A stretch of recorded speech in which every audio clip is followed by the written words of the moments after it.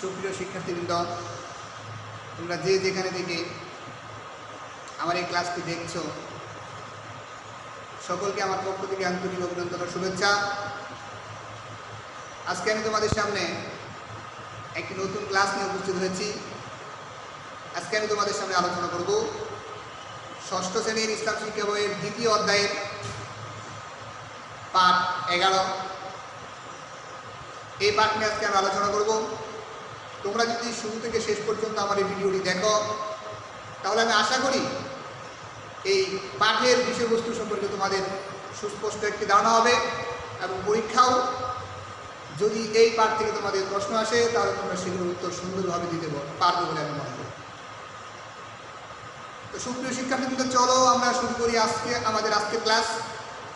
আমাদের আজকের ক্লাসে আমরা আলোচনা করব সিজদা সম্পর্কে, যে সিজদা কাকে বলে, সিজদা কখন দিতে হয়, কীভাবে দিতে হয় এবং সিজদা দেওয়ার ফজিলত কী, এগুলো নিয়ে আজকে আমি আলোচনা করব। তো সিজদা একটি আরবি শব্দ। এটির বাংলা আঞ্চলিক অর্থ হচ্ছে অবনতকরণ। আজকে দেখো,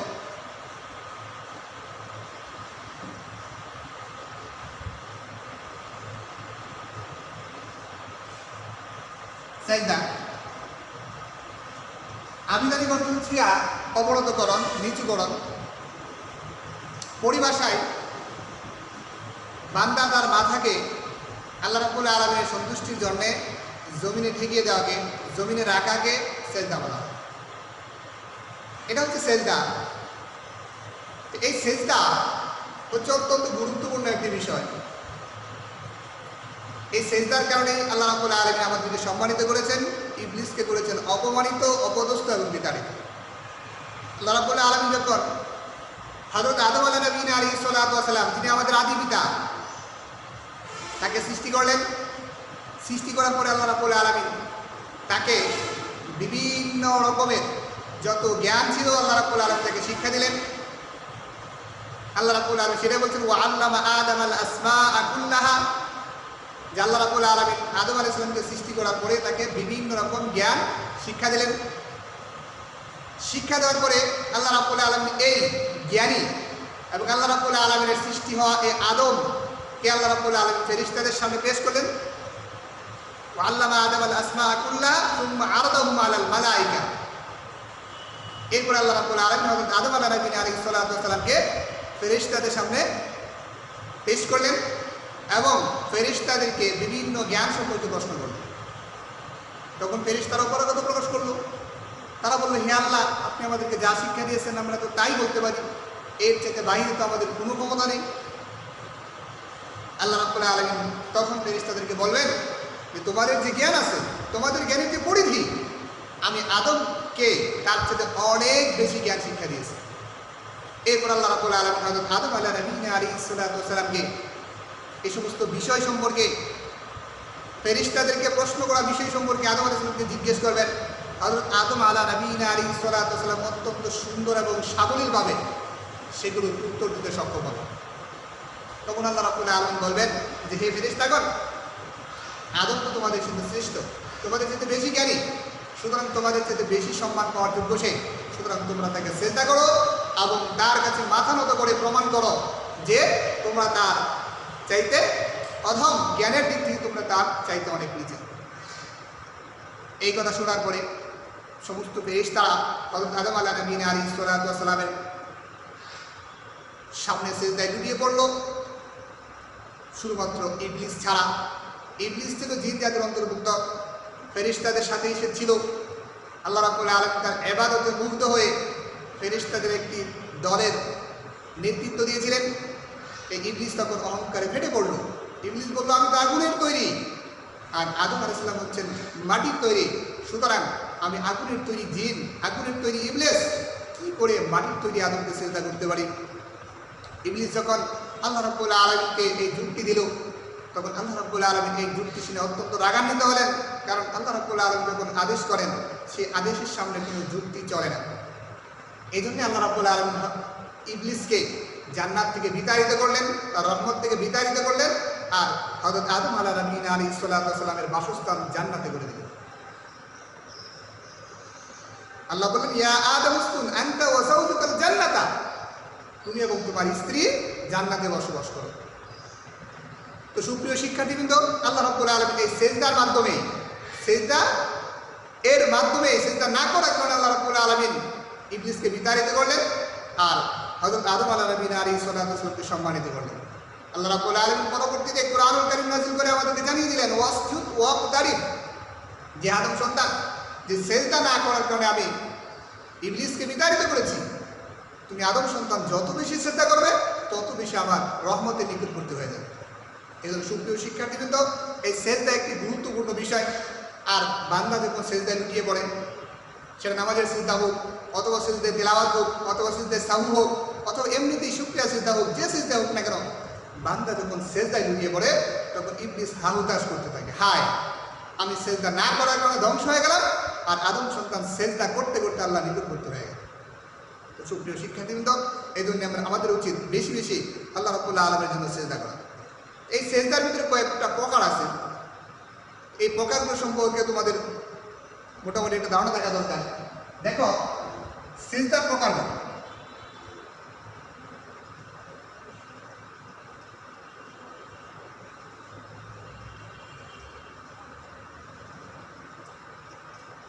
সেজদার প্রকার প্রথম নম্বর প্রকার হচ্ছে সেজদা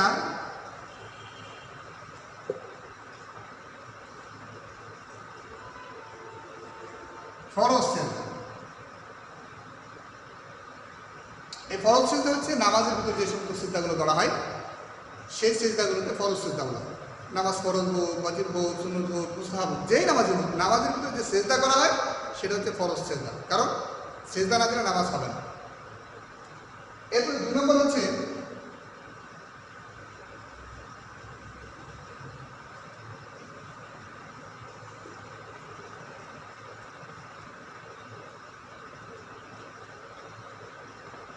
ওয়াজিব সেজদা। এই ওয়াজিব সেজদা আবার 2 ধরনের। একটা হচ্ছে সেজদায়ে সাহু, নামাজের ভিতরে কোনো ভুল হয়ে গেলে সেই ভুলকে সংশোধন করার জন্য যে সেজদা দেওয়া হয় সেটাকে সেজদায়ে সাহু বলা হয়। আর আরেকটা আছে সেজদায়ে তেলাওয়াত। কোরআনুল কারীমের ভিতরে কিছু আয়াত আছে, সেই আয়াতগুলো পাঠ করার পরে বান্দার উপর সেজদা দেওয়া ওয়াজিব হয়ে যায়, সেই সেজদাগুলোকে সেজদায়ে তেলাওয়াত বলা হয়। তবে ওয়াজিব সেজদা 2 ধরনের হতে পারে, একটা হচ্ছে সেজদায়ে সাহু আর একটা হচ্ছে সেজদায়ে তিলাওয়াত। আমরা এখানে লিখতে পারি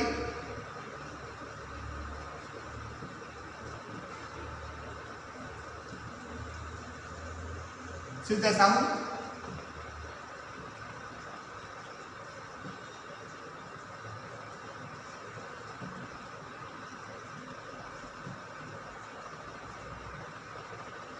সেজদায়ে তিলাওয়াত। এরপর 3 নম্বর হচ্ছে সেজদা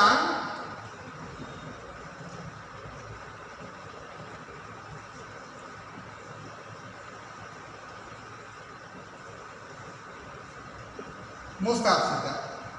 আর এই মুস্তাহাব সেজদা হচ্ছে ওই সমস্ত সেজদা যে সেজদাগুলো বান্দা কোনো নিয়ামত পাওয়ার পরে অথবা এমনিতেই আল্লাহ রাব্বুল আলামিনের নৈকট্য লাভের আশায়, আল্লাহকে সন্তুষ্ট করার আশায়, আল্লাহর কাছে কিছু চাওয়ার জন্যে বান্দা যখন সেজদায় লুটিয়ে পড়ে তখন সেই সেজদাকে ওয়াজিব সেজদা না বলে মুস্তাহাব সেজদা বলা।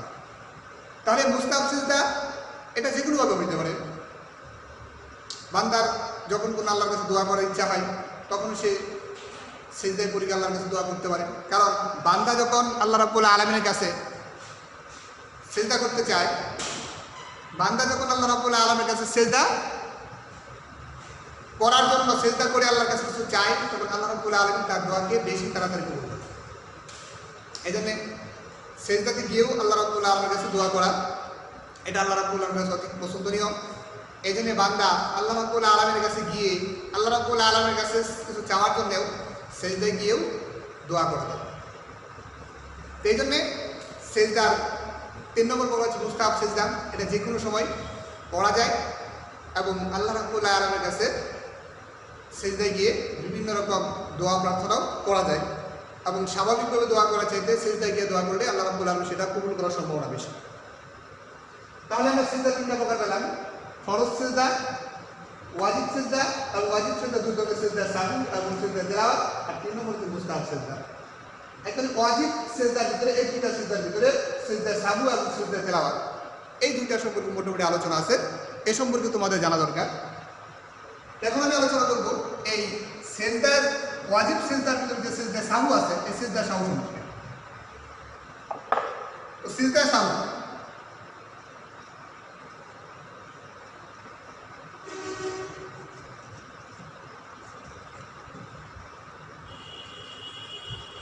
সেজদা সাহু, তো সেজদা সাহু শব্দের তো ভুল, আর সেজদা শব্দের তো সেজদা।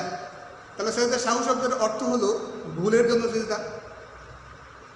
বান্দা যখন নামাজে দাঁড়ায় এবং নামাজের ভিতরে তার অনিচ্ছাকৃত কিছু ভুল হয়ে যায়, সেই ভুলের সংশোধনের জন্যে ইসলামী শরীয়ত তাকে অনুমতি দিয়েছে যে নামাজের শেষে এক্সট্রা অতিরিক্ত একটি সেজদা করে ফেলবে, দুটি সেজদা করে ফেলবে, এবং এই সেজদাকে ইসলামী শরীয়তের পরিভাষায় সেজদায়ে সাহু বলা হয়। তো নামাজের মধ্যে ভুল হয়ে গেলে সেই সেজদা দিতে হয়। আর এই সেজদা দেওয়ার নিয়ম হচ্ছে যে সেজদা সহ দেওয়ার নিয়ম, বান্দা যখন নামাজ যথারীতিভাবে শেষ করবে তখন শেষ বৈঠকে গিয়ে শুধুমাত্র তাশাহুদ করে ডান দিকে সালাম দেওয়া হবে।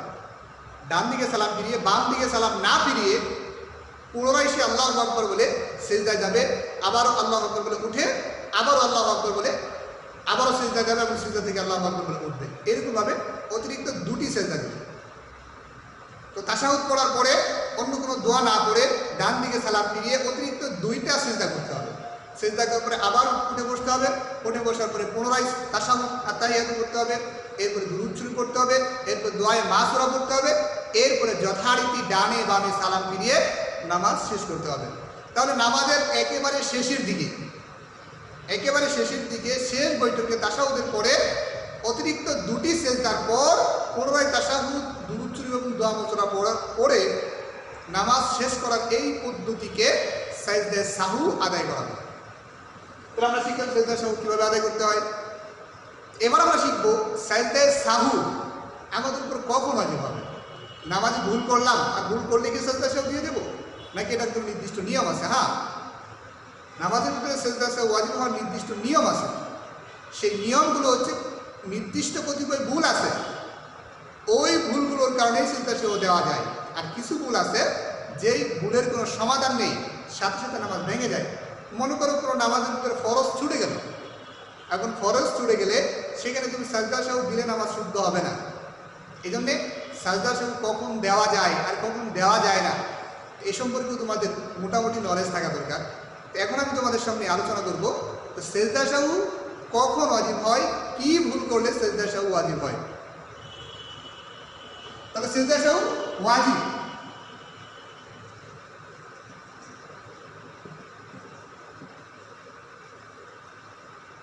হওয়ার কারণ, কি কারণে সাজদায়ে সাহু ওয়াজিব হয় সে কারণ এক নম্বর কারণ হচ্ছে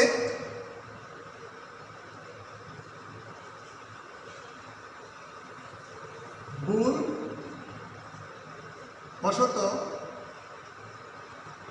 কোনো ওয়াজিব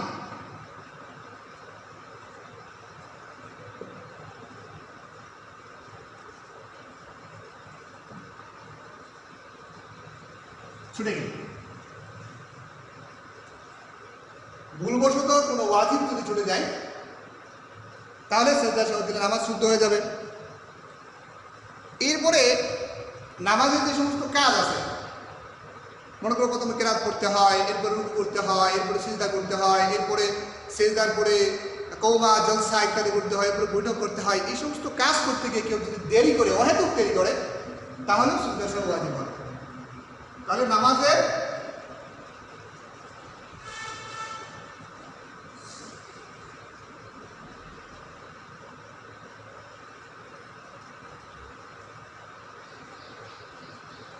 কাজগুলো করতে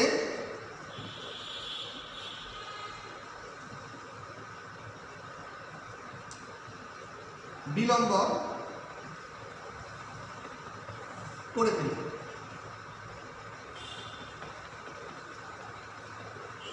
তো নামাজের কাজগুলো করতে বিলম্ব করে ফেলি। কেউ যে নামাজের কাজগুলো করতে গিয়ে কোনো বিলম্ব করে, অহেতুক বিলম্ব করে, তাহলে তার উপর সিজদা সাহু ওয়াজিব হয়ে যাবে এবং তাকে সিজদা সাহু দিতে হবে। এরপর আরেকটা কারণ হচ্ছে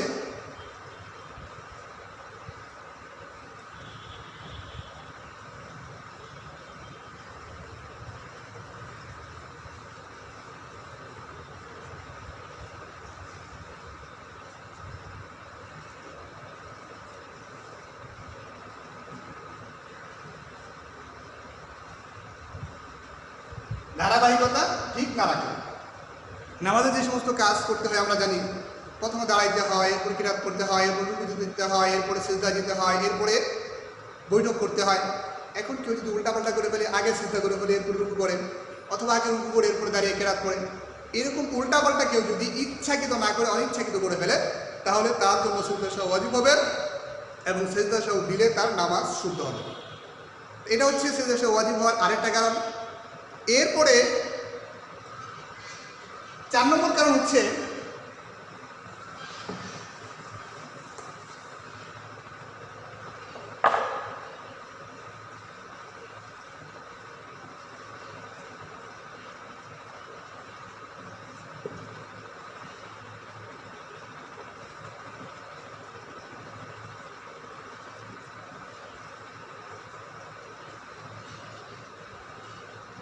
কোনো ফরজ বারবার করে ফেলে। মনে করো সিজদা দিতে হয় আমাদের ভিতরে 2টা, তুমি 3টা দিয়ে ফেললে। রুকু করতে হয় একবার, 2বার করে ফেললে। এরকমভাবে নামাজে যে সমস্ত ফরজ আছে, ফরজগুলো কেউ যদি একাধিকবার বারবার করে ফেলে, যে পরিমাণ দরকার তার থেকে বেশি করে ফেলে, আর এটা যদি ভুল বসত হয়, তাহলে তার উপর সিজদা সাহু ওয়াজিব হবে এবং সিজদা সাহু দিলে নামাজ তার শুদ্ধ হবে। এরপরে আরেকটি 5 নম্বর একটি গুরুত্বপূর্ণ কারণ হচ্ছে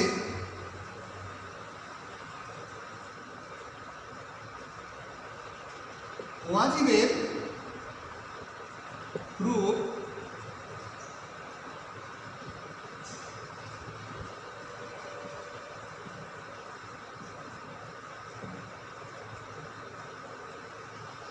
করে ফেলতে।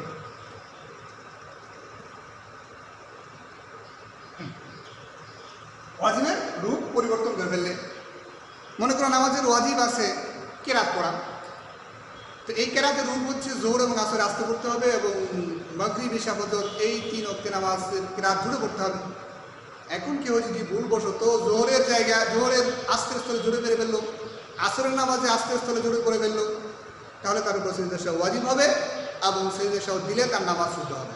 মাগরিবে কেউ যদি আস্তে পড়ে ফেলে ভুলবশত, তাহলে তার উপর সিজদা সাহু ওয়াজিব হবে এবং সিজদা সাহু দিলে তার নামাজ শুদ্ধ হবে। তো এইরকমভাবে সিজদা সাহু যে সমস্ত কারণ বললাম, এই কারণগুলো যদি কারো নামাজের ভিতরে ঘটে যায়, তাহলে তার উপর সিজদা সাহু ওয়াজিব হবে। এছাড়া অন্য কোনো যে সমস্ত কারণ আছে, কেউ যদি কারো যদি ফরজ ছুটে যায়, অজু ছুটে যায়, বা বিভিন্নভাবে নামাজের কোনো শর্ত ছুটে যায়, তাহলে কিন্তু সিজদা সাহু দিলেও নামাজ হবে না। তখন নামাজ ভেঙে ওই শর্তগুলো পূরণ করে পুনরায় নামাজ শুরু করে নামাজ শেষ করতে হবে। তো সুপ্রিয় শিক্ষার্থীবৃন্দ, আমি তোমাদের কাছে আজকে সিজদার ডিটেলস আলোচনা করলাম, সিজদার প্রকারভেদ করলাম, সিজদার পরিচয় তুলে ধরলাম এবং পরিশেষে সিজদা সাহু ওয়াজিব হওয়ার অনেকগুলো কারণ, মোট 5টি কারণ আমি তোমাদের সামনে আলোচনা করলাম। তো তোমরা যদি আমার এই ক্লাস মনোযোগ সহকারে দেখে থাকো, তাহলে আশা করি তোমরা আমার এই আলোচিত বিষয় সম্পর্কে ধারণা লাভ করতে পেরেছো।